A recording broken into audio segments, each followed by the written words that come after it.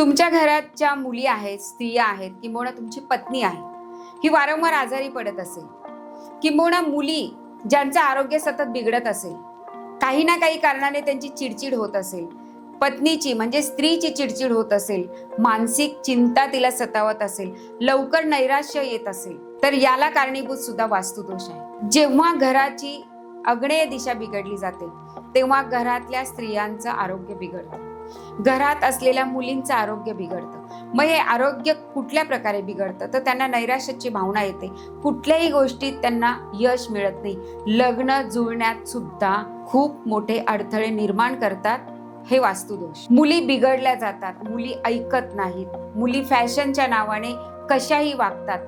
हे जर सगळं तुमच्या घरात आढळून येत असेल तर नक्की तुमच्या घरात वास्तुदोष आहे आणि तो दोष आग्नेय दिशेला आहे. त्यामुळे तुमच्या घरातल्या स्त्रियांचं, मुलींचं आरोग्य, मानसिकता, आर्थिकता आणि सामाजिकता धोक्यात येण्याची चिन्ह असतात.